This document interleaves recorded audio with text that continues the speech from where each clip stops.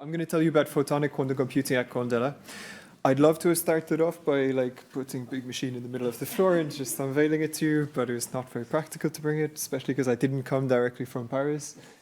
So instead, I start with a photo, an image of what the machines look like. So this is what you actually see if you come in and you visit us in the labs in Paris. And what you begin to see is that we're moving away from what we have in academic labs, where everything's spread out over optical tables, and we're starting to move towards something that looks like a fully integrated device that we can start to think of and call a quantum computer.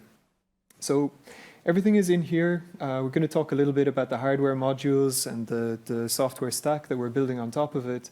But a couple of points about it. First of all, just one thing to notice, it's not an intimidating size. So this box is like a little shorter than me and a little wider than me.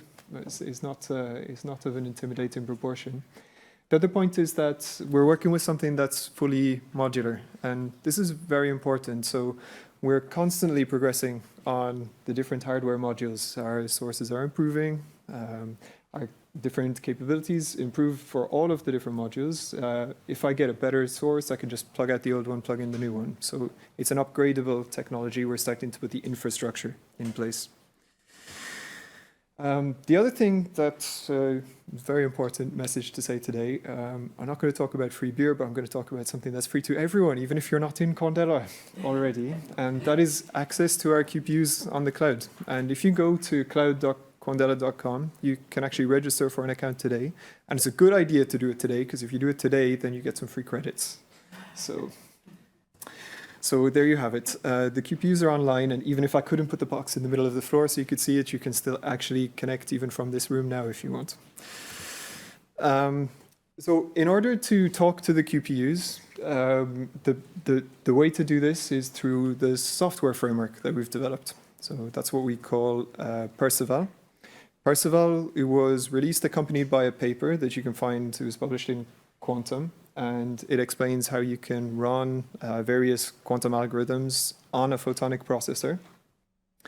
With Perceval, we're dealing with photonic circuits. So we're working at the level of the photonic operations that we're performing in the lab. So many of you be familiar with using things like Qiskit, and you're writing qubit quantum circuits. You're using CNOTs and Hadamards and so on. For photons, we can talk about those, but it's often convenient to work at a level deeper, a level closer to the hardware, where we talk about waveguides and beam splitters and phase shifters. And Perceval allows us, yes, to take Qiskit code if you want and translate it to something photonic, but also to just work at this photonic level and to define photonic circuits and to send them out as computations to be run on a QPU. So these are things that I think are probably of interest to many people in the room. If you want to connect, you can start playing with it and do all sorts of interesting things. The quantum computing community has gotten wider, however, in the last few years, and we should welcome that and embrace it. And now we start to have many people from industry also who come, and they want to begin to engage with quantum computing and begin to see what it can do with them, for them, and to begin to play with it. And so we realized in talking to clients that often there's not an innate sort of quantum computing expertise, and what's nice to be able to hand over to people is a method to solve a particular kind of problem, an algorithm that works, where someone is not required to go deep into the quantum details and the implementation, but you just hand them over, a functionality that can straight up solve a differential equation or solve a QUBO optimization problem or a graph problem or run some sort of variational quantum machine learning algorithm. And so these are things that we've begun to incorporate into Perceval, into the software framework. The differential equations, that's already described in the documentation for the software and the paper that was released with it. You'll find another paper about the random number generation. All of these things, actually, if you look on our website and look through our publications, there are detailed publications about these. Now, what I've also mentioned on this slide are use cases. I want to say straight out, I'm not like unveiling anything of deep strategic importance to you here, right? These are illustrative only, okay? So take them with a grain of salt, but just also with the idea that these are the kinds of things that are very interesting to people who come from industry. If you tell them, okay, well, I have a method that will solve differential equations, they can immediately jump ahead and think, well, differential equations are interesting to me because I have this real world use case that, you know, relies on solving them. So this is how we like to think. When it comes around to actually doing this, we prefer to work hands-on with people to understand how you can find the right match between a problem and an algorithm and so on. These are the primitives that we start to make available. So everything I'm saying is kind of quite high level. You see the hardware, you see the software interface, you see the kinds of functionalities that we're trying to offer. But I think for many in the room, it's also going to be interesting to go a little bit into what's happening in the box. So the talk is going to be too short to do a real deep dive, but I mentioned that it's modular, and we can talk first of all about the three main hardware blocks. So to begin with, we have photon emitters, so our sources. You can already start to do some processing here because you can start to generate entanglement between photons as you're emitting them.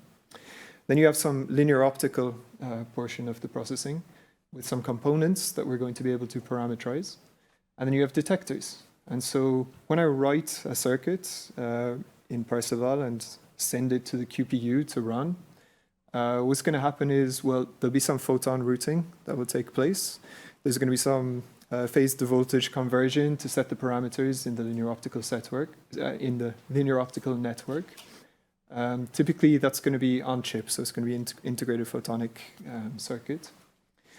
And then you're going to get some real-time coincidence and counting from the detectors.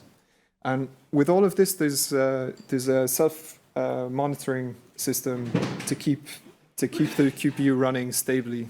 So it's a very different kind of problematic to when you do something in an academic lab and you want to take data once, and that's it, that's enough.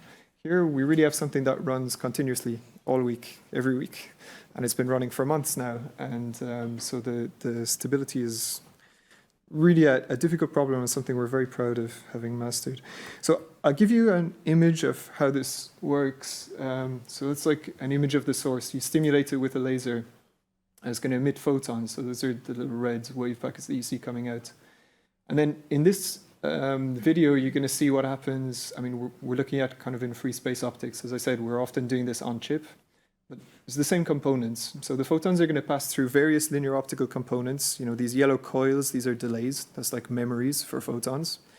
And then they're going to pass through beam splitters, mirrors, phase shifters, and you're going to be able to make them interact and interfere.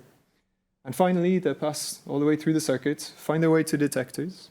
You're going to get some real-time statistics. And then based on this, as this is coming through, you're going to be running some algorithms over the top of it. So here, this little illustration is the differential equation solver that I've mentioned already and that you'll find in the documentation for Perceval. So there are two different kinds of processors that you can get access to today. This one is kind of very versatile. It's a universal type interferometer. And so you can use this to do a whole multitude of things. One thing is that we like to run what we call photon native algorithms. So here you're not encoding qubits. You're actually just treating the photons as photons. That can be very beneficial. Again, the differential equation solver that we have is a good example of that. Boson sampling is another example that many people in the audience may have heard of. But you can also do general qubit circuits. And as I said, there's some automatic translation in Perceval if you like, or you can try to be more clever and choose better encodings yourselves afterwards. So there are many examples that run both with qubit circuits and with photon native algorithms if you dive into the documentation.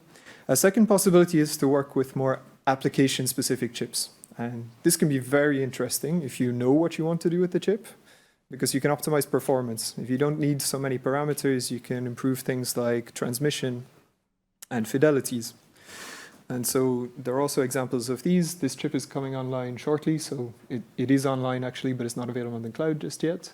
And so it's a chip that we designed specifically to generate ansatz circuits for variational algorithms. In the design, I'll just briefly mention that we've been developing some very powerful theory tools that we use behind the scenes to optimize all of this. So we've developed a formal graphical language for linear optical circuits, which is complete. Some really nice results out of that, actually. We even got a complete equational theory for quantum circuits from this, which is appearing in LIX. We're very proud of this, a big deal in computer science. So that's application-specific chips. This one, again, I ask you just to take with a grain of salt because I don't have time to talk to you about how we're doing the benchmarking here, but this is from the software team. One thing is that when you put your processors online, then you begin to be able to compare and see how it looks in comparison to other processors in the landscape. And so what we see is, well, encouraging performances on single 2-qubit and 3-qubit gates, and also with the number of shots that we can do per second. Here, the point is not to say that one is better than the other. By the way, it's really just to be able to compare, to look at the respective merits of different approaches. Now, I've said a lot of things about the processors as they are today, but it would be a shame not to mention something about how all of this scales with the same building blocks. So this is like an illustration. Maybe if I start it again, it's a good idea. So an illustration of the basic building blocks that we're playing with towards a scalable approach. So we're able to generate small linear clusters at source. We're able to use linear optics to combine these into larger graph states. And graph states, of course, are the beginning of measurement-based quantum computing, which is an essential step for anything that we want to do photonically. And of course, measurement-based quantum computation is one thing, but it's also the beginning of measurement-based error correction too. So there's an awful lot to say around this, but just in one slide, just so that you see that, yeah, pictures can tell 1,000 words, maybe, hopefully. And so, yeah, I'll begin to wrap up. Just this is Quandela today. We're about 70 people. The center of mass is very much around Paris, but we're starting to have a footprint outside as well. It's a lot of scientific expertise across a very broad range of areas. It's a really exciting place to work. And you can check out the publications if you go online. And yeah, don't forget to try the cloud, which is free today for everyone. You don't even have to be in Quandela.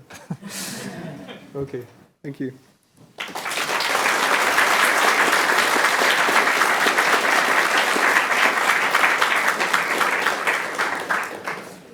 Thanks very much, Shane. Are there any questions?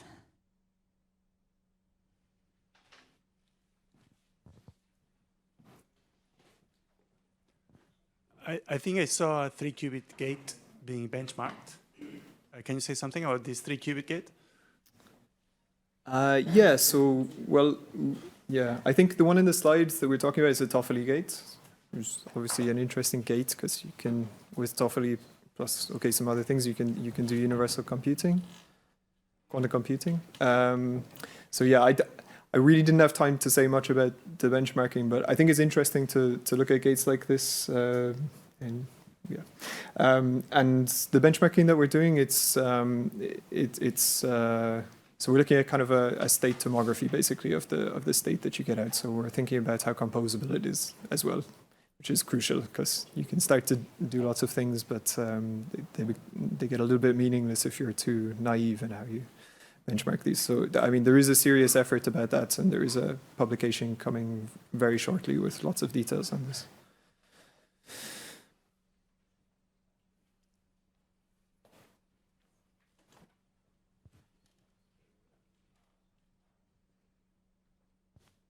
Hi, thanks for the presentation. It's very good. I have a simple question about the commercial side and the commercial slide. So I noticed that all your use cases were in the financial service. Is it because most of your clients are coming from the sector, or is it just because there are the projects that you are free to talk about? No, I have no fear to talk. No, don't worry. No, but thanks for the question. It's a good point. So as I mentioned, all of these examples of use cases really for illustrative purposes only. So with this, I chose a theme and I rolled with it. It's by no means the only sector that we've been looking at. Actually, I mean, there are many of the collaborations with our clients that we are able to talk about. Just the format is too short here. But no, I mean, we had some, yeah, Yeah, I could get into examples. One that we've communicated extensively about has been with EDF actually recently, which is more in the energy sector. Yeah.